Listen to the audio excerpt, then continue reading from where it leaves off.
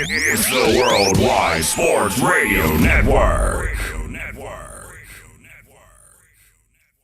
Do current market conditions have you nervous? Our experienced team of financial professionals at Heritage Harbor Financial Associates understands that no two investors are alike. We all have different goals, needs, and appetites for risk. That's why the one-size-fits-all approach does not work, especially when planning for retirement. At Heritage Harbor Financial Associates, we analyze your unique investment style so that you can work toward your individual retirement goals on your terms. Heritage Harbor Financial Associates can help you take steps to reach your retirement goals by providing a wide array of financial products to fit your needs, even for the risk adverse. Give us a call at 631-331-6599 to learn more or to set up an appointment with one of our financial professionals. You can also find us on the web at hhfa.org or on Facebook at facebook.com/hhfa.org. Our number again is 631-331-6599. That's 631-331-6599. Investments in stock-sponsored mutual funds and variable annuities are not FDIC insured and are subject to fluctuation in value and market risk, including loss of principal. Heritage Harbor Financial Associates offers securities through AXA Advisors LLC, New York, New York. Member FINRA, SIPC. Annuity and insurance products offered through AXA Network LLC. Edward Lehman has been a trusted insurance advisor for over 16 years with insurance solutions for auto, home, commercial, life, and retirement. He's located at 54 Sunnyside Boulevard, Suite H in Plainview. That's just 1,000 feet south of 495. Local agent, local advice. The time to think about insurance is before you need it. So do yourself a favor and before you pay your next insurance bill, give Ed and his team a call, 516-935-3900, or visit him online at www.allstate.com/EL.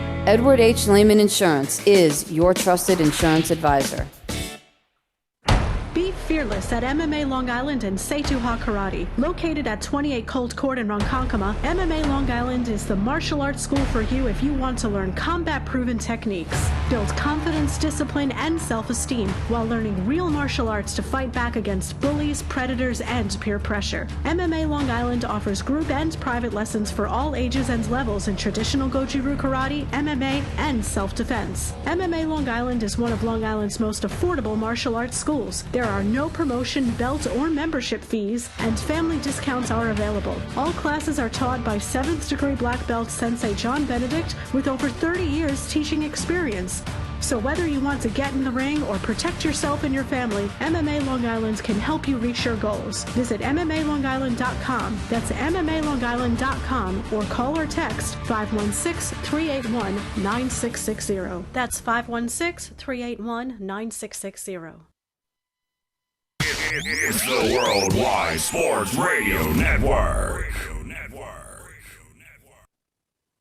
This week's episode of the Sports Lords is brought to you by the 93rd Annual Academy Awards. Even in a pandemic, Hollywood heroes found a way to commence with the world's biggest circle jerk. And now, it's time for the Sports Lords!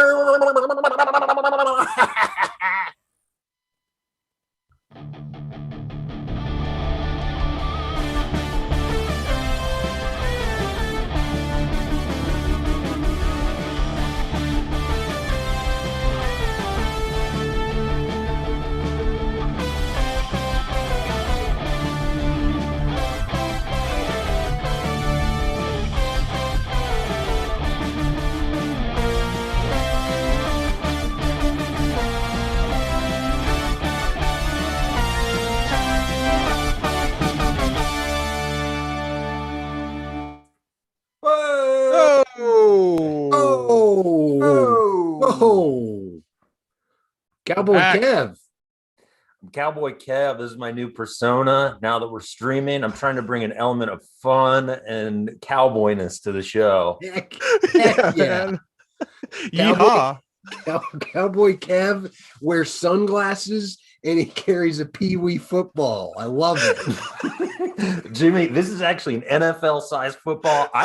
My hands are huge because I'm a cowboy. You got cowboy hands, man. Everyone knows cowboys have giant hands.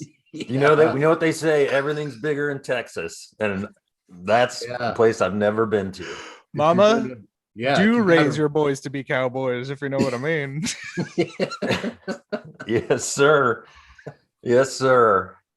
Boy, I'm really. It's like we talked about. It's white boy summer. Let's just embrace it, boys. Sure, you're leaning into it. Good for you. Why man. not? Don't let the haters gonna hate. Yeah. You Because know? cowboys can't be any other ethnicity or background. No, they can't. And Cowboys anyone aren't who says- originally, they're not originally from Mexico in reality. right. Diego, you're harshing my vibe right now, okay? Sorry. I'm trying to live it up, okay? Yeah. Sorry, Cowboy Kev. Your facts that you're bringing, that they don't apply to this Cowboy Kev persona. I won't hear of it. Not on the range where I live. Well, yeah, before we get going, hello to everyone tuning in. Hello to the Worldwide Sports Radio Network audience. Can't get rid of us yet. We're back. And how about those Oscars, boys? That ad we had today. Ooh.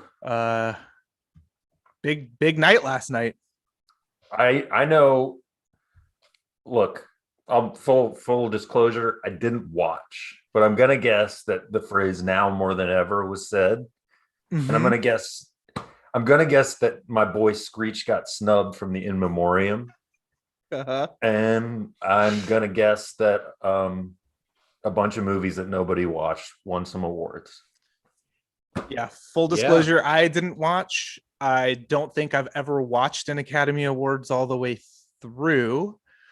I will say it's a mockery and it's garbage that Sacha Baron Cohen didn't win every single award for his portrayal of Borat Sagdiyev again. Whoa, hold on. I would say though that the woman who played his daughter also deserved recognition. As far as I'm concerned, those are the two best performances this century so far. Yeah, and like I'm not even really joking. Like, what actor who won last night could do that? Like, I mean, this guy lived a character, and he did a character that people already knew existed again, and still fooled Rudy and like a bunch of other people. Yeah, he did. It's amazing. Yeah. No one else could do that. And especially things are even crazier now than that they were the first. Like when he made the first movie, like he was legitimately like in danger a time or two. Yeah. In this newest one, where people like could have just shot him if they found out he was like screwing with them. Yes, and I agree. And I saw that Nomadland won for Best Picture. That's actually the only nominated movie I think that I watched. And you know what? Snooze fest.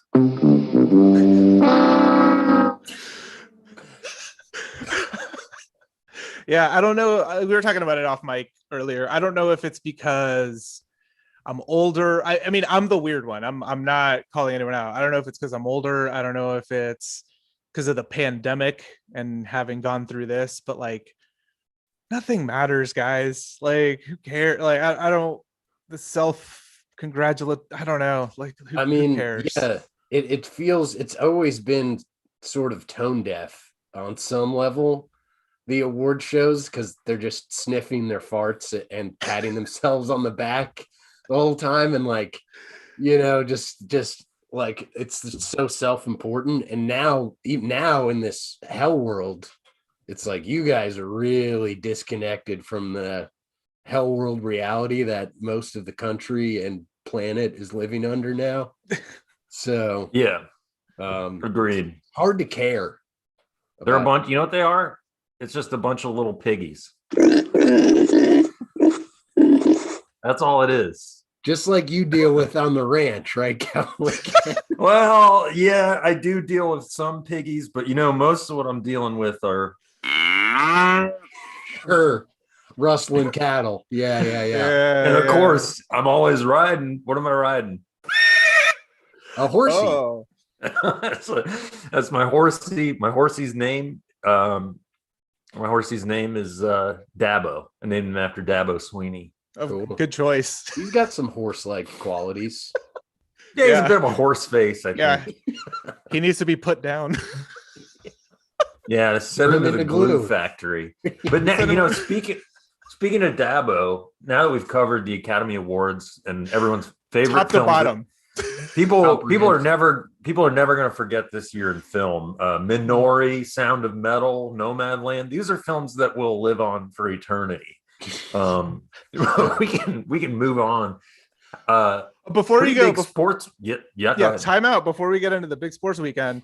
Real quick, anyone watching right now, 4:30, we're going to be taking calls. So if you want to chat with us, give us a shout.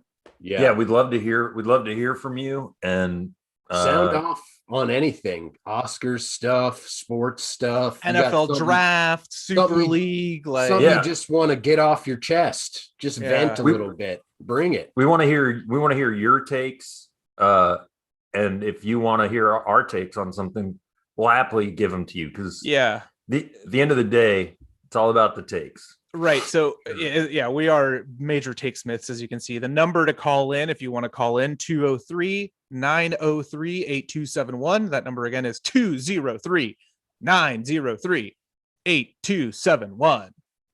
So call 4:30, starting at 4:30, call in then. And if you call in, we'll pause whatever we're doing and we'll chat. Yeah, anything you want. I'll give you cowboy tips, what kind of feed you should be feeding your cattle or any kind of animal. I'll tell you who to draft this week in the NFL draft. Sure. Yeah. I can also answer questions about stuff too. Yeah. So but anyway, we'd love to hear from you, because there's lots going on this week. I had a huge sports week. I went to 2 live sporting events. Yeah, first Cowboy time Kev is back. I'm back, baby. I'm not scared of what dang virus, partner. No, what? I don't give no hoot now that I'm vaccinated. But I went to Yankee Stadium twice. That was a big thrill, and I watched the UFC because my girlfriend's really into it now. But you didn't see that live. Not live in person. No, I was not in Jacksonville. But before we get into that, what was the experience of going to live sporting events like? Like, before we get on to like the other stuff, like, was it weird? Like, were there things you didn't like, or what was going on? Well, I went to Yankee Stadium in the Bronx. And I went to see the Braves play the Yankees a week ago, last Tuesday. And it was a little weird. You got to show your vaccine card or have a negative COVID test to get in the stadium. But it went pretty smooth. And because there's fewer people allowed in, it wasn't much worse than a regular game.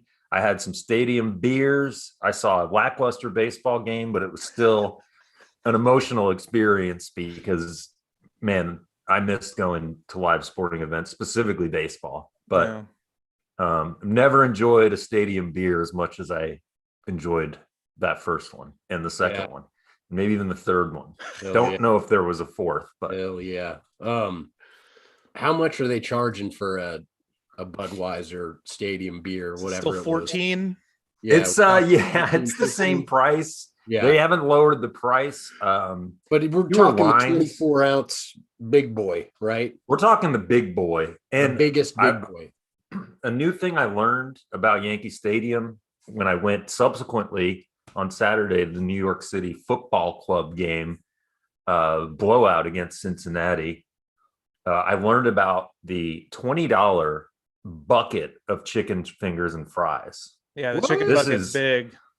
It's $20 and it feeds, literally it fed 4 people. Damn, it's crazy. That's a value. It's 10 chicken tenders and a bucket of fries. So I love that. Any tri-state people, anyone visiting Yankee Stadium, go for the $20 chicken bucket. But it was great. I'm going to be going to lots more events. It's very molto bene. No, awesome. The Braves lost that game you went to. What was like 2-1 or something like that? It was a terrible baseball game. The bullpen imploded and walked in, hit a guy with a pitch, walked in 2 runs. They lost. There's very little offense. The Braves suck. The Yankees suck. It was a suck fest. Yeah, I was watching the game on TV. I was watching the Atlanta feed with our beloved Chip Carey, and it was like Chip, man. Chip the hip carry. He's got big hips. Anyway, go ahead. Yeah. It's like he was trying to sell it, like he was doing his job, but it was like, you're not fooling anyone. Or it was like, this is a pitcher's duel. This is such good pitching. It's like, no, it's just these teams suck and no one can hit anything. Yeah. Yeah. Also, I think it was in that same game, Aaron Judge hit a fly ball to left center and Chip did his patented, like, Judge gets a hold of one. Oh, it's going deep. And then center fielder just casually runs over and catches it.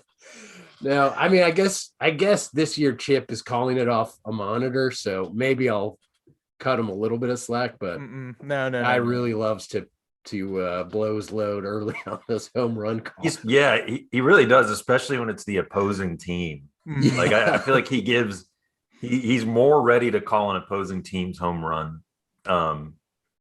And yeah, it was those teams are just playing like really bad baseball right now.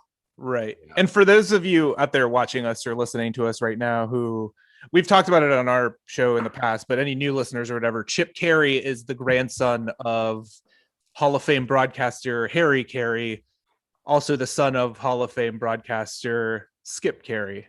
But unlike his predecessors, his papa and grandpapa, Chip, not very good. Yeah. Not my favorite. Not the worst, but not my favorite. Yeah. No. The talent, the charisma levels have diminished with each preceding generation. I think it's because he's not as drunk as his dad and his grandfather were on the call, because they were loaded, and Chip sounds just like sober as a bird. Exactly. And like Harry was like fun loaded and Skip was like mean loaded. Yeah. But at least he still had something, was bringing something to the table. And Chip's just like, I'm a boring dad with a lame personality. I got fired immediately from the playoff broadcast. Yeah. Ask any Cubs or Braves fan about Chip Carey, and they're going to not have nice things to say about him because he's pretty bad. Yeah. He's got maybe the greatest job you could have, just watching baseball and chilling, and he's not good at it. Yeah. He's just kind of a dork. But yeah, so you'll probably hear us reference him throughout the campaign because he'll say a lot of dumb things. Yeah. And hey, look, if you're listening and you're offended by our anti-Chip Carey takes, call in about 15 minutes and let us know how wrong we are.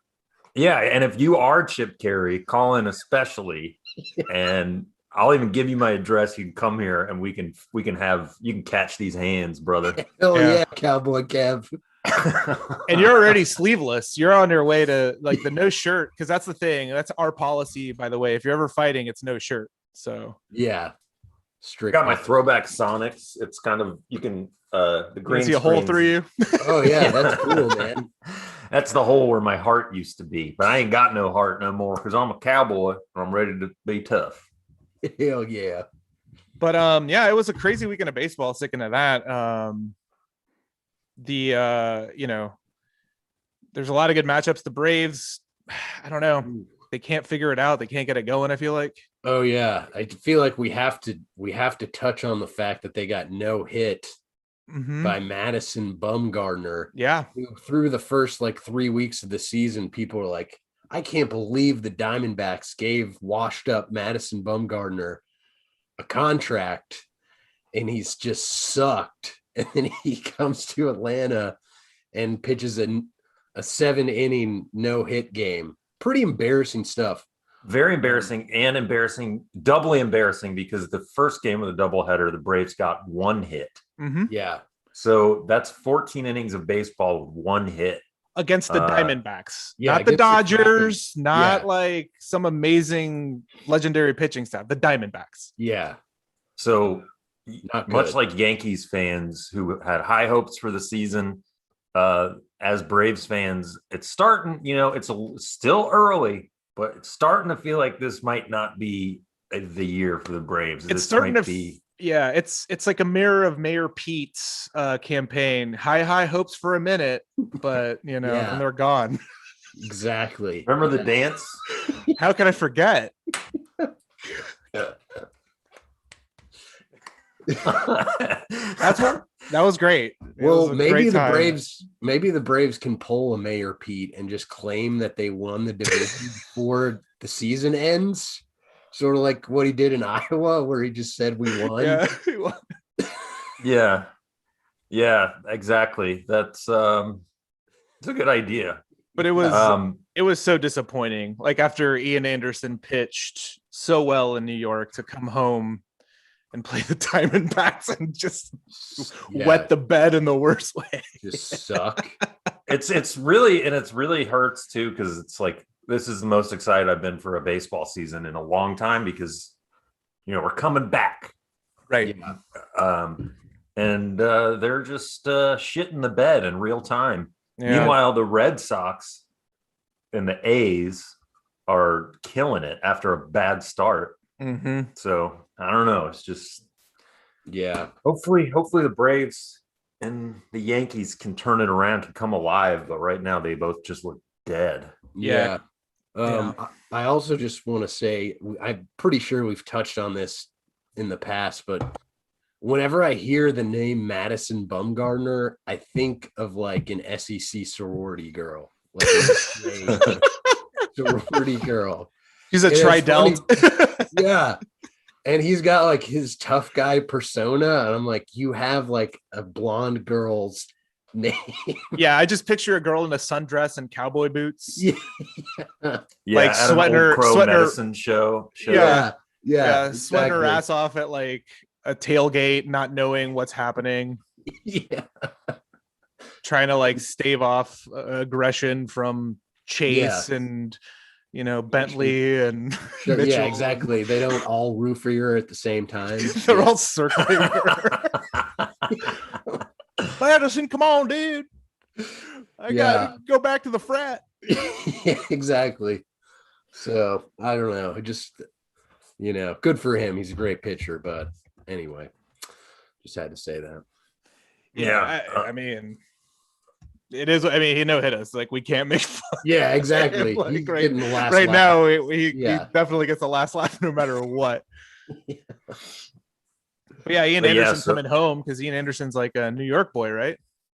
He's from Clifton Park, New York. Yeah, just outside of Albany, where they don't talk like that. But yeah, he got to pitch. He pitched a real dandy at Yankee Stadium in front of his family, so that's cool for him. And then the big series of the weekend was probably the Dodgers and Padres, and Fernando Tatis just being incredible. Yeah, insane. And I love that which is mocking Trevor Bauer on the Love it. And it's good to see because that injury he had a couple weeks ago didn't look good. So I'm glad that the fathers of San Diego are coming alive. Yeah. And I think Trevor Bauer was like, "Oh, I think it's great. I think it's cool," which is cool that he said that. But I feel like deep down inside, he was like, "I'm mad. Yeah. I'm mad about that, but I can't say anything because I'm a dick." He like blogged about it or something. Yeah. So yeah, entertaining stuff. But those teams are super fun, and I imagine destined to meet in the playoffs. Yeah. As of right now, who knows? Sure. Injuries and other stuff could happen, but it's looking that way. Looking like the two best teams in the National League. I mean, the Dodgers are insane, but the Padres are right there. Wiser men than me have said you really can't gauge till about the All-Star break, but I don't know. Those teams are really good, and it's they're getting some. They got some good players, man. Hey, that helps, brother. That helps, Cowboy Cap. Yeah, having good players. Who knew? Who knew that that's what you need to win baseball? Alex Anthopoulos for the Braves, he kind of went another route with bullpen for the Braves this year. It's like, you know what? Maybe I'll try having some bad guys. Yeah, it's not working. Drew Smiley's. He's really sucking. Not to go too much back to the Braves, but he's a sucky guy that Anthopoulos brought on board. And we let Mark Melancon go. He's the save leader for baseball over in San Diego. It was a smart move. And also, real quick, our producer Kyle here is, I think, saying Madison Bumgarner apparently never wore a suit until a magazine appearance after the 2014 World Series. So, wow, that makes me feel even worse. Yeah. Well, yeah, he's got this like because I think he's from like South Georgia or something. So he's got this like, I'm a real tough guy, and I get mad. He's like one of the guys who gets mad when people like showboat and stuff. Mm-hmm. He's a cop. He's a baseball cop. If your name was Madison, as a guy, you're going to grow up with a complex if your name is Madison. So again, like Jimmy said, yeah. And speaking of Cowboys, I don't know if you guys remember, but the Diamondbacks like got mad last year because they found out he was using a pseudonym to go be in rodeos. Mm-hmm. That's right. So, yeah. He's kind of stealing your thing, Cowboy Kev. Yeah, it was kind of my thing, and I originated it. So he can also catch these hands. What's your rodeo name? Big Dick Bill. That's right, BDB. Yeah. I don't need a pseudonym because no one would care if I was doing rodeos, but I use it anyway. And to your point, a lot of my fellow rodeo cowboys are Brazilian. They're Central American. So I see them, I stand them, I respect them. And Madison from North Carolina, just to okay. North Kakalaki, as the Cowboys say. I've started saying that, and I started saying, as the crow flies. And, you don't take kindly to people no more? No. And also, this town ain't big enough for the both of us. I say that a lot. You say you walk around Jersey City saying that? Yeah. People seem to dig it, too. I'm sure. People love it. Super into it. Oh, yeah. They love my vibe here in Jersey City. But yeah, that pretty much sums up. That's everything that happened in baseball over the weekend, guys. Comprehensive. Little baseball crap. Oh, but the NFL draft. I think that's the other huge kind of story going on right now this week. That's coming up right now, and yeah, we touched on it a little bit last week. We were talking about it off mic. Our so beloved / hated Atlanta Falcons kind of control the draft because according to Todd McShay and all the experts, the top 3 picks are sort of done for the most part. And the Falcons coming in at 4 have a lot of options and a lot of things they could do because it's going to be Trevor Lawrence going to Jacksonville, go play for Urban Meyer. And then we got what's his face? Zach Wilson at number 2 is kind of the consensus overall. And then number 3, it seems to be Mac Jones, although there's debate between him and what's his face, the guy from North Dakota State. I'm Trey Lance. Yeah, sorry. Long work day. I'm blanking. So the Falcons kind of sit pretty at 4, and most people or most projections are Kyle Pitts or Justin Fields, but it's a tough decision. I don't know. It is a tough decision. I don't really know what the right call is. I can see all the arguments. Do you draft Kyle Pitts to give Matt Ryan a red zone weapon and try to make the most out of the last year or 2 of Matt Ryan's career? You trade back to get more value overall and fill in because you got a lot of holes on the roster. You draft the quarterback of the future. Hell, I don't know. I like Kyle Pitts is amazing. Like you plug him in and he's immediately like offensive rookie of the year or whatever, probably. Yeah. And he's ready to go. But Justin Fields, man, he's a hometown kid. I really like Justin Fields. I like Justin Fields a lot. He wants to play in Atlanta. I mean, yeah, and I like him, and it's not just because I'm a triggered Georgia fan who wishes that they had never let him go. I think he actually I'm confused about how Zach Wilson somehow I feel like these scouting guys, they sniff their own farts sometimes when it comes to evaluating these players where they find this guy. Like I mean, I guess he has great tape from BYU, but like, I don't know. He wasn't playing great. He's playing like C level college competition and only had like 1 year as a starter, like one good year as a starter. So I'm just like, because they get it wrong so often, there's so many bad quarterbacks who get drafted high. I feel like everyone is looking for the next Josh Allen, because when Josh Allen was drafted out of Wyoming by the Bills, everyone was like, this guy sucks. What are you doing? And it's like, he's turned out to be awesome, but how many of those guys don't? Yeah, exactly.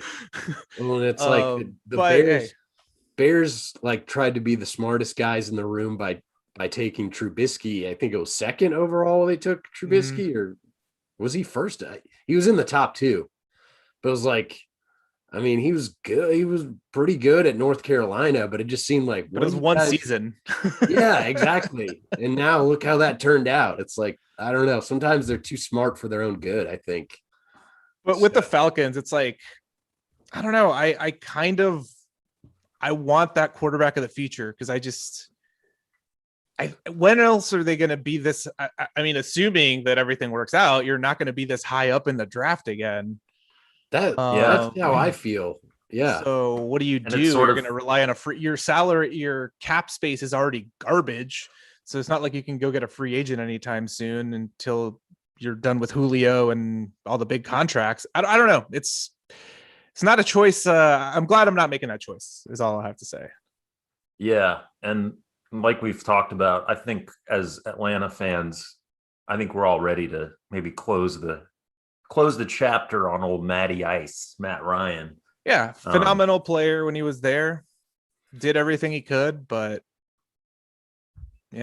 yeah, it would suck if they like try to go all in on like being good for the last year or two of Matt's tenure, and then 2 or 3 years from now you find yourself needing a quarterback and you don't have any depth on defense because you've just you've like taken all of these you've got all these weapons for Matt and it doesn't do anything. Because I think that's kind of how the Giants ended Eli Manning's tenure, was like they were trying to keep the dream alive with Eli and like drafting Saquon Barkley and trying to like prop up this team. And it didn't work out. Oh, looks like we got our first caller.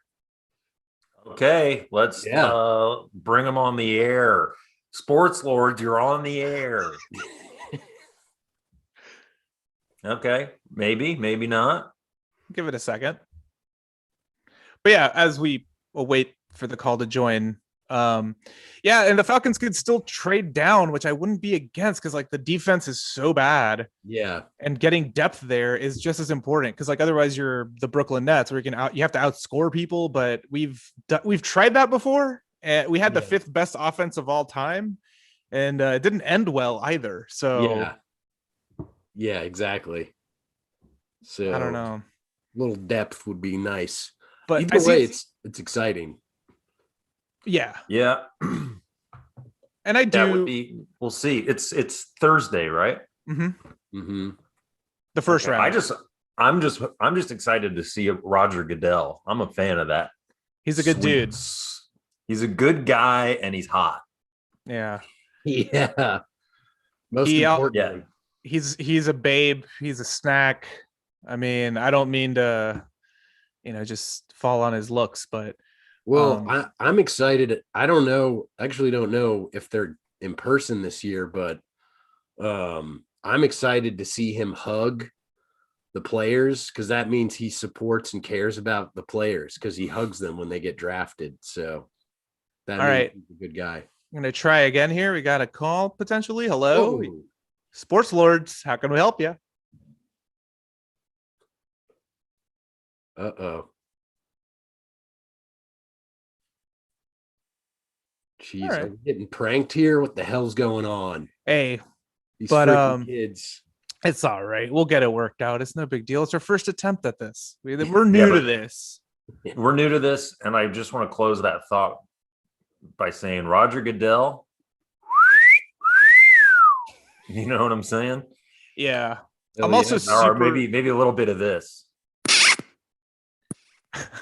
I'm also super pumped for the NFL draft because, I can't wait to see how woke they are now and how they've joined the social justice movement, because they've always been allies. They haven't like completely shunned players for peacefully protesting and showing a cause that, affects us directly, affects their people directly and their ethnicity directly. So they've always done the right thing. So I can't wait to see, especially on the heels of the verdict of the Derek Chauvin trial. I can't wait. Yeah, it's gonna be awesome. I can't think of a time when the NFL has been on the wrong side of history. No. Yeah, never. I'm racking my brain over here, and I'm drawing blanks on anything, say, within the last 7 to 10 years where they were on the wrong side of an issue. So yeah, I think they're great.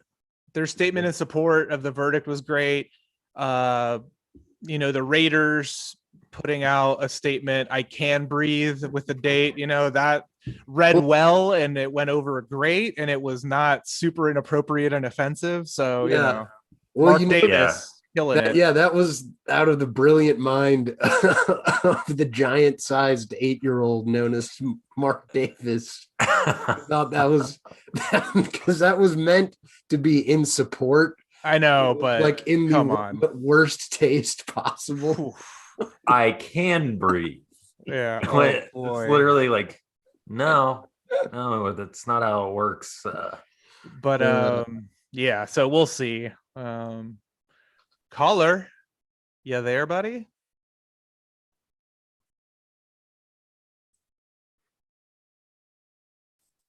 Okay. Well, yeah, we'll keep trying. Yeah, we'll figure it out. But for now,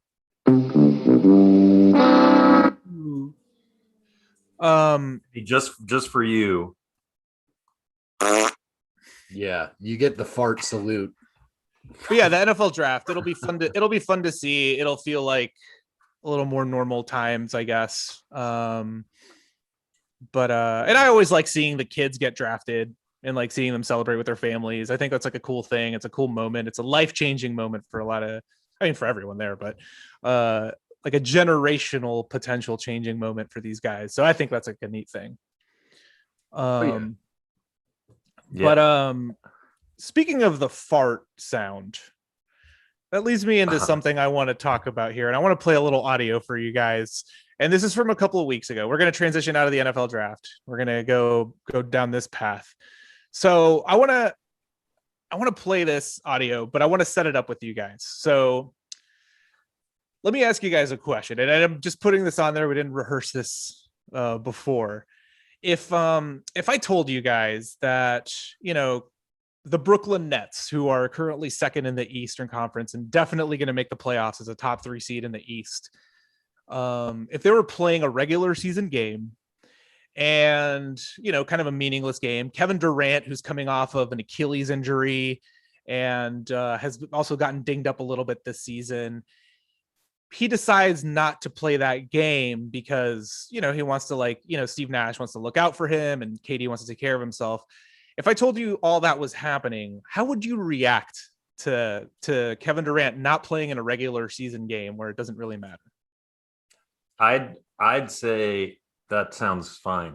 Right. Yeah, I'd say that sounds fine, but I would also say if I had a ticket to that game, I'd be disappointed that the best player that A to C isn't playing. But I understand if guys have injury problems, you got to err on the side of caution. Oh, okay. Great. So by you guys saying that, it just proves to me why we're not successful and why you guys aren't major stars like Chris Mad Dog Russo. Because Chris Mad Dog Russo, longtime broadcaster, he had a different reaction to this. And I want to play his reaction. So buckle up, boys, because this is what the reaction you guys should have had.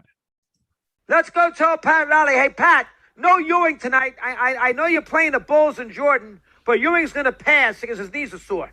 Ewing, who played every night when he was freaking, I was there many a night in many a locker room when Ewing had to freaking ice his knees, talk to the media, every game, sit in front of that locker room, every game.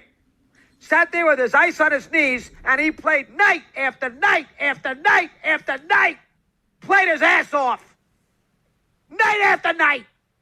You think, I tell you something right now, you ain't wanted to play. How about Krause telling Jordan somewhere in the 98 season when Pippen decided to take a pass with that late surgery, as we all saw there in the documentary, how about Krause telling Mike, Mike, we're in Sacramento tonight. You played last night. Let's take a blow. You know what Jordan would do? You know what Jordan would do?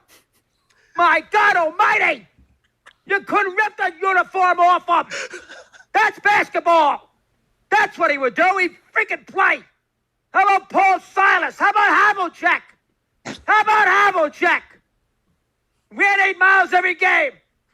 Havel played from 1963 to 1979. 16 freaking years. Every single game. You think Havlicek's taking a night off? Havlicek! Twice the player that any of these guys are. You know what great Havlicek was? It makes me sick. And you guys rip Cousy. You know how many games Cousy played? He'd taken trades to Fort Wayne, Indiana, and run into the ball game because the trade is late and they played the night before in Boston. And he'd go out there and play 45 minutes. How about freaking Durant say, you know what, I'm playing, get the hell out of here. Durant, instead of fighting Michael Rappaport, how about Durant tell freaking Nash and his freaking owner who's paying him $40 million, and the GM Marks, who's a freaking out of the Popovich school, how about Durant just say, give me the goddamn uniform? So there you go. That's what the appropriate reaction to a guy not playing. Yeah, and I agree that Havlicek is twice the player that Kevin Durant ever will be. Yeah. Gotta agree. And sometimes just to put a punctuation mark on a point, you just got to yell the guy's name at the end of this. Havlicek. My God almighty! All right, I have one more part of that clip you didn't play. Hold on, let me.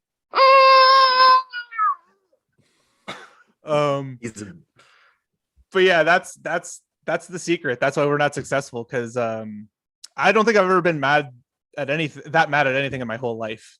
Yeah. But wouldn't it be fun to grow up? Wouldn't it be fun to grow up with that in your house? Yeah, that's my dad. I mean, that sounds a lot like my dad actually in real life, but we won't go down that path because we got a caller. Hello, sports lords.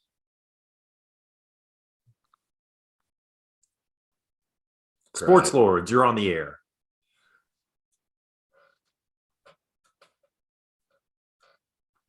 Hello.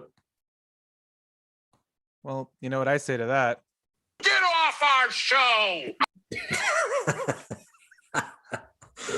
Yeah, get off. You were never on it, but get. I love you, Johnny Cake. You know what Jordan would do? We got another one too. Let's see if you can hear this one. All right, cool. Okay. Hello. Thank you for calling in, regardless of whether. Yeah. Again, sometimes the effort counts. Yeah. Again, it's we're learning, we're figuring this out, but yeah, Chris Russo, man, that Russo, anger is amazing, and it just goes to show you should listen to all these. I probably shouldn't be saying this, but you should listen to all these guys because they're definitely experts and know what they're talking about. Well, yeah, that's the thing is, we don't pretend to be experts here. No, we Mad Dog, that we're not. Mad Dog Russo acts as if he's an expert, and I've mentioned it before, but there's a clip that they would roast him on MLB Network where I believe he was trying to throw a baseball, and it's very clear there's not an ounce of athleticism in that man's body. Just to show you how much of an expert he is, I have another clip here I can play it's a little bit shorter. But I want you guys to listen, or I'll ask you guys a question first. Like on the Denver Nuggets, they have a player who is really good, and his nickname is the Joker. How do you say his name? Jokic. Yeah, exactly. But here's what an expert. Here's how he see if you can hear something in this clip. That's expert talking about Nikola Jokic. And I don't pay attention to MVP awards. I very rarely pay attention to them anyway. I would think that Jokic of Denver, maybe Embiid of Philadelphia would be the other candidates. Embiid's only played 39 games, so that takes care of Embiid. He's missed 18 games.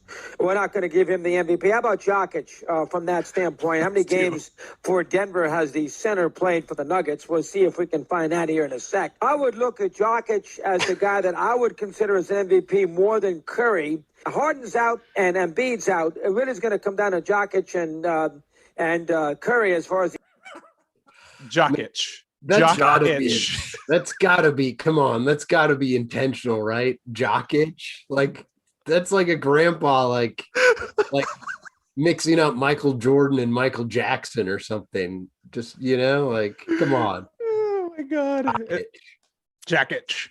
He's an expert, but yeah, that's our boy Chris Russo. We covered Fartgate extensively a few weeks ago, so we'll be checking in on him a little bit more because he always brings a smile to my face. Yeah, broadcasting legend. I'm getting feedback from a couple of listeners that they tried calling but couldn't hear anything. So I don't know what that's about, but we can, if anyone wants to try again, I don't know, we'll figure it out. But speaking of Jokic, this is a really smooth transition. Well, you're Cowboy Kev. Cowboy Kev's all about the smooth transition. Oh yeah, and he knows all about Jokic too. Out on the saddle all day. Oh, tell me about it. You get things get a little raw down south, if you know what I'm saying. You guys watched some of the UFC? I didn't see the pay-per-view, but I've seen all the highlights. Yeah, I didn't see it. I've mostly just seen the Joe Rogan reaction shots of him looking like he's having a stroke or something. One thing you shouldn't see is Weidman breaking his leg because I don't like that. No. That's why I can't. I can't fully get on board with UFC because of that's always on the table as a potential outcome. And that was a brutal one, and it's like you can't unsee that. Luckily, I happened to, because it happened right at the beginning of the fight. Yeah. And I went to, it literally was so quick that I got up to make a pee-pee and I missed it completely. And I missed the beginning of the fight and I missed that. And what's crazy is apparently that happened to that guy, but a couple years ago that happened to what was his name? Diego? Anderson Silva. Anderson Silva broke his leg on that guy by kicking him. So it's like weird freak thing. That guy's made out of concrete. Just don't kick him. Yeah. But I'm no UFC expert. I was really into it as a kid when it first started, and it was no weight classes, and it felt like Street Fighter. Yeah, it was much more, even more extreme back then. Before Dana White and all those guys bought Zufo Entertainment or whatever, bought the company. I was really into it then, and then I was really into it in college.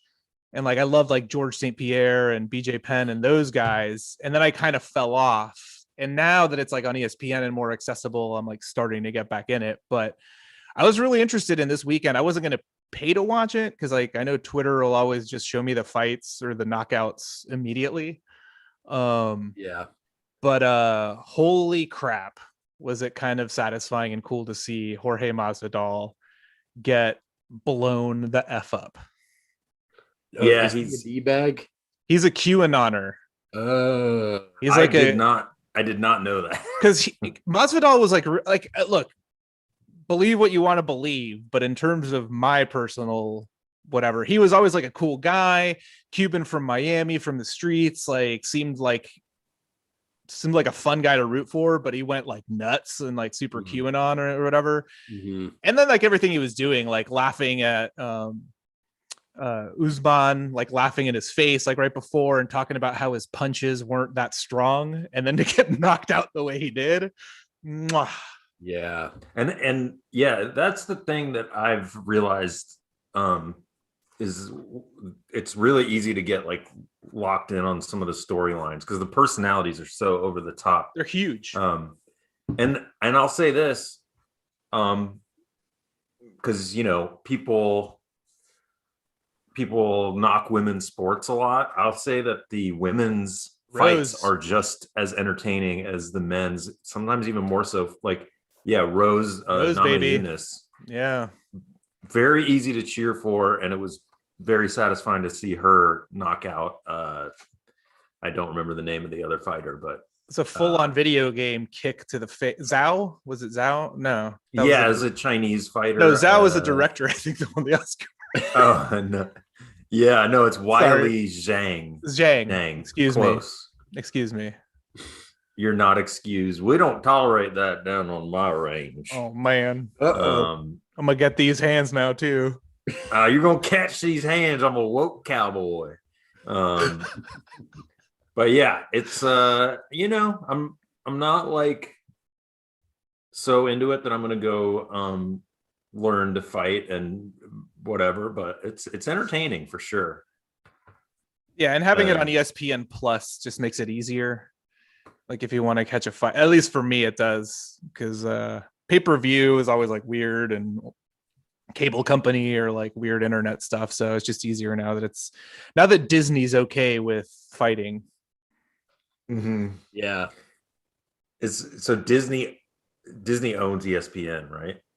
So. Yeah, Disney owns everything, man. They own ESPN, they own ABC, they own Marvel. They'll be owning all of us soon, God willing. I know. Yeah, I wouldn't mind that, Team Goofy, baby. Team Goofy. Team Goofy. Goofy almost poked my eye out as a kid. Really? Yeah, because we were in Disney World. And I was like a little kid, and I was like, look, there's Goofy. Because, like, they only come out at certain times. Yeah. And so I was like, oh my God. I was like, Goofy. I was like walking over, and then like another family was coming the other way. And because like the guy's wearing this giant mask and he can't see, the other family was like, Goofy. Like they were a lot louder. And so he did this to like hug them, and like his finger went right in my eye. Just like I collapsed like Masvidal did, basically. Yeah. Spit went flying out of your mouth. Sweat everywhere. The sweat flew everywhere. The referee had to come over and like pull me up. Yeah. No, that's a shame. But yeah, they're gonna own us, and it's gonna be good. Oh yeah, it will be good. And we didn't discuss was last week. It was still pending, but I guess that European Super League. Oh yeah, it's donezo. Yeah. For now, I don't think it's going anywhere. I think that idea is coming back. The Real Madrid president Florentino Perez, a real life supervillain, is still holding strong. And Barcelona is still sort of in the mix, just because like the stuff behind that is like the Spanish league is basically bankrupt, so they're doing whatever they can to get money. Yeah. And then like last week I watched so much Sky Sports, the British people were going insane. All British fans were like super like, you're ruining our sport and you're ruining our league. And then like the Spanish people were like, well, Barcelona and Madrid always win anyway, so who cares? They were less upset by it, but I'm still glad it's not happening. As a result, they just released the new Champions League format, which just basically means more teams and more games, another knockout round. But it's not going to go through right now. There's a lot of anti-American sentiment, especially in England right now, because they're blaming all the American owners for being into, the main forces behind this, which I could see, but they've always hated those guys anyway. I mean, like imagine a bunch of Brits coming over and being like, hey guys, the NFL is going to be different now because we're going to make more money. I don't think people would take too kindly to that. Yeah, that would be. I get that, but I also, what, this podcast is anti-British, so yeah, you can kiss my buns, England. And you know what? Save your ass from Hitler. We can do whatever the hell we want to your soccer. Yeah, y'all be goose stepping around the little goddamn Windsor Castle. It weren't for us. So you kiss my ass, and if you ain't careful, you're gonna catch these hands. Yeah, I'm wishing this on you. As far as the MVP, I'm just wishing this. Jokic, Mike. I hope you get a bunch of Jokic. And you know what? As soon as I knock your ass out, they're gonna do this. Because it's over. That's it. But yeah, for now it's dead. I think it'll come back. I think there's always going to be, because it's again closing. Yeah, the reason the American owners want to do that is because they want to close a league the way the NFL is, because there's no relegation. And the reason they want to do that is because your team stands to make more money, because teams that play in these leagues, because they can be relegated, can't be valued as high. So like some MLS teams are valued higher than like some of these old teams in Europe because they are not going anywhere. They're always going to be on TV. They're always going to exist. But yeah, I don't know. It's like, I was annoyed at people that are like, this romantic idea that like there's already not corrupt money going on there is bullshit, is BS and whatever. And it's a business. And it's like, yeah, but nobody gets into sports because it's a business. No one's like a little kid. It's like, ooh, I like business, so I'm going to watch basketball and soccer and baseball. It's like, no. Speak for yourself there, Diego, because I will say as a boy, I watched for the front office. I thought, I kind of looked up to John Sherholtz, and I thought, I want to be that guy. I want to be, I went to games as a kid, to Braves games, and I'd wear a suit and tie, and people thought, what are you doing? And I was saying, I'm dressed like my favorite player, John Sherholtz. And I would my dad would get us seats that were turned around to face the executive suites. I just wanted to watch. I was like, yeah, baseball, whatever, sports. No, I get it. I wanted.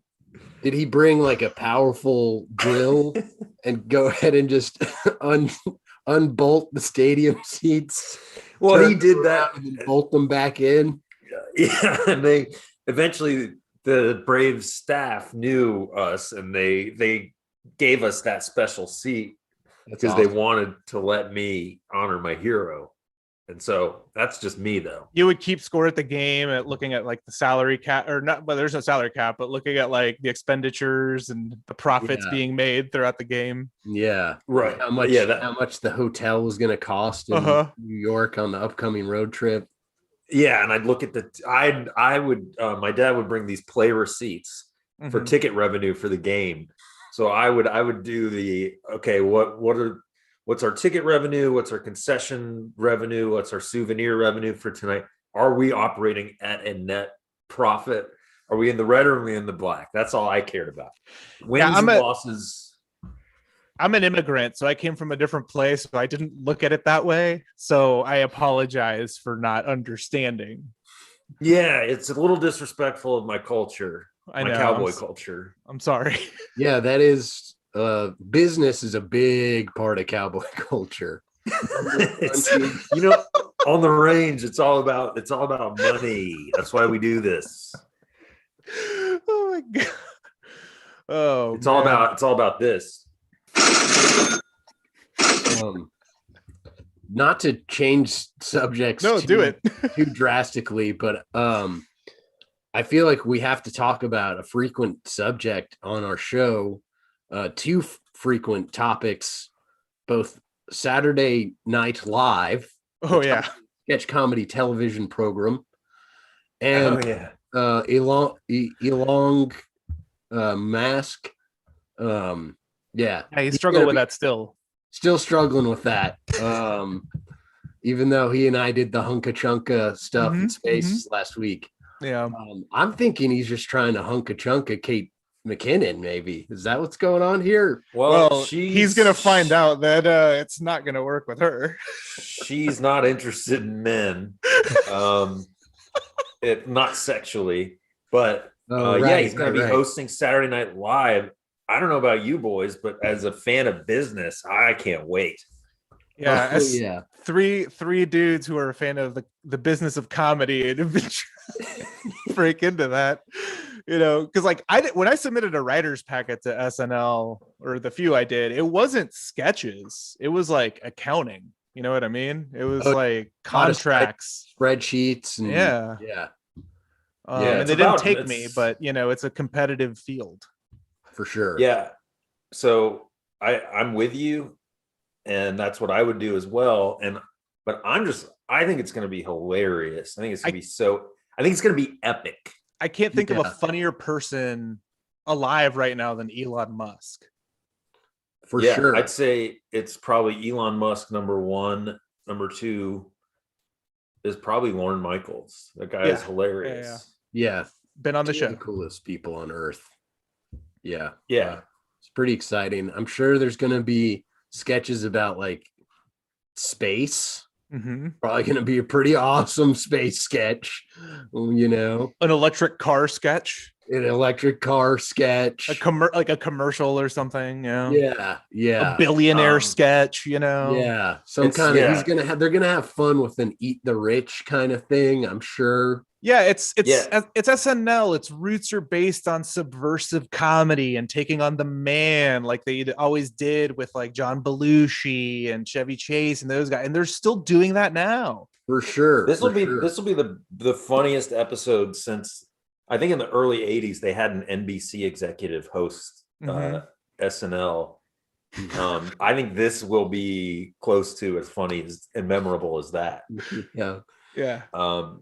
But yeah, I think it's going to be epic. And Elon Musk strikes me as a guy who is so funny. Oh yeah. And so yeah, he's going to bring in his own writers, I hope. So I hope he brings in Joe Rogan. I hope he brings in, other billionaires that are his buddies. Yeah. Rhymes will be with him. He's hilarious on Twitter. So, if that's any indication, the jokes are going to be flying left and right. Yeah, he's always sharing stuff from the Babylon Bee, so it's going to be quality. Yeah, when he hosts. Got awesome taste. Does he actually share stuff from that? Oh yeah. Ooh. Yeah. But anyway, can we all just agree, as far as the satire news paper game, it's just The Onion. Everyone else, knock it off. Right. Yeah, I know. There are too many people trying at this point, And The Onion is still the funniest. Yeah, exactly. But anyway, to wash that gross taste in our mouth here as we sort of wrap up, and I always bring them up at the end because our Atlanta Hawks, baby. Woo! 20-7 since Nate McMillan took over. Best record in the Eastern Conference since Nate McMillan took over. I know everyone's pumped for the Knicks because they're way above expectations, and they just beat the Hawks too. So like, shout out to the Knicks. I'm happy for them. I'm happy for Knicks fans. Knicks fans, I feel like, have suffered for way too long. Yeah, I don't hate the Knicks. No, not at all. Hard feelings towards them. I'm happy for them. But our B team, because Trae Young's out, like DeAndre Hunter's out, Cam Reddish is out, like Chris Dunn maybe exists, but no one's ever seen him yet. Yeah. They just beat the Heat and the Bucks with their full squads. And Bogey and Lemon Pepper Lou, man, they're going nuts, and I'm excited for this team, and I can't wait for my heart to be broken in a couple months. Yeah. It's gonna be rough, but it's exciting. At least the Hawks are like a relevant team. It's been, and they're fun to watch. Like 5 years at least, whenever that was. Yeah. And they're fun to watch. They're a fun team. They jack up a bunch of threes. Clint Capella just like eats up the insane backboards. John Collins always has fun dunks. Again, we said it at the beginning of the season. If you have no skin in the game, this isn't a bad team to get jump on board with. Oh yeah. Get on that bandwagon now. Clint Capella keeps having like 20 plus rebound games. It's crazy. Yeah. And Trey will be back soon, so that'll be awesome. Yeah, because that's crazy that they beat. Did the Bucks have Giannis playing? Yep, Giannis played, and the Heat had Jimmy and Bam and everybody as well. Yeah. And they killed the Heat. I think they won that game double digits in the end. Damn. So it's fun, and shout out to the Knicks, man. Like, because the Hawks and Knicks are currently, they have the same record and they're in fourth in the East. Julius Randle has been incredible for the Knicks, and it looks like Tom Thibodeau they find a coach. It looks like. Yeah. The Knicks are, we can feel a kindred spirit with them a little bit because I think their last championship was in like 73 or something like that. So it's their only one. Their only one. Yeah. So like they kind of, they're Atlanta team adjacent in that fact that they just have never really won anything. And I will say this too, like the Knicks fans through the crap and through James Dolan still, like they're the most loyal fans. Yeah. Like we always talk about Mets fans in New York being like super and Jets fans, but like something about the Knicks fans too, man. And I'm happy for a lot of friends back in the city that are having a good time with this, because the thing is too, it's the same crappy team from last season. It's not like they went out and bought Kevin Durant and a bunch of other guys, like the same crappy players, and like Tibbs has got them going, and they're one of the best defensive teams. Yeah, they just hired a good coach.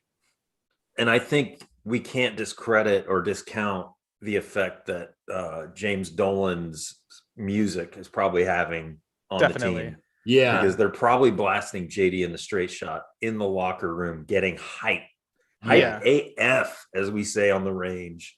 Yeah. Oh yeah, that'll fire you up when you listen to JD in the straight shot covering the Wire theme. It's pretty. That will fire you the frick up. You get fired up and you say, "That's basketball." That's what you say, and you're pointing at a basketball when you say that. You're pointing at it and you're saying, "That's basketball." You say, got JD. You know what Jordan would do? You know what Jordan would do? And he'd be good at basketball, and that's what they're doing. Yeah. And JD is singing, "If you walk through the garden, you better keep the devil." Yeah, I mean, I don't necessarily want to play the Knicks in the first round because it seems like they have the Hawks' number, but even the last few years. But whatever, man. If they both make the playoffs, that's awesome, and it looks like they're going to. I mean, I don't see why they wouldn't. But I'm super pumped for the Hawks, maximum Hawkage, and can't wait to have my heart ripped out when they blow it in the first round. Sure. Yeah. Yep. Bracing for that now. They always find a way to break your heart in the worst way possible. Currently, the Atlanta Braves are doing it by just not doing anything good. Yeah. But the Hawks turned it around mid-season. I'm not saying fire Snit, but they turned it around mid-season after a change. Maybe the old Bravos can do the same. I hope so. Yeah. Fingies crossed. It's not looking good. Fingies crossed. But I think with that's going to do it for another classic up. Yeah, and anyone who tried to call in, we're going to figure this technical difficulty out because we'd love to have you. We were psyched to take calls, so call in again next week, and we'll have it squared away. We'll do the same thing next week. If you're listening, if you're still listening, 4:30, start bringing it on. We apologize, but we really do appreciate it. And check out some of our old shows. You can find us all over the internet. Just type in Sports Lords and check out some of the other shows on the Worldwide Sports Radio Network. Download their app. They got their shows streaming all the time, every day. Check them out. It's good stuff, guys. Oh yeah. But yeah, with that, I think it's gonna do it for another classic. And the only thing I have to say, another classic ep, and Papa bless. Papa bless everyone. See ya. It's the Worldwide Sports Radio Network. Do current market conditions have you nervous? Our experienced team of financial professionals at Heritage Harbor Financial Associates understands that no two investors are alike. We all have different goals, needs, and appetites for risk. That's why the one-size-fits-all approach does not work. especially when planning for retirement. At Heritage Harbor Financial Associates, we analyze your unique investment style so that you can work toward your individual retirement goals on your terms. Heritage Harbor Financial Associates can help you take steps to reach your retirement goals by providing a wide array of financial products to fit your needs, even for the risk adverse. Give us a call at 631-331-6599 to learn more or to set up an appointment with one of our financial professionals. You can also find us on the web at hhfa.org or on Facebook at facebook.com/hhfa.org. Our number again is 631-331-6599. That's 631-331-6599. Investments in stock, bonds, and mutual funds and variable annuities are not FDIC insured and are subject to fluctuation in value and market risk, including loss of principal. Heritage Harbor Financial Associates offers securities through AXA Advisors LLC, New York, New York. Member FINRA, SIPC. Annuity and insurance products offered through AXA Network LLC.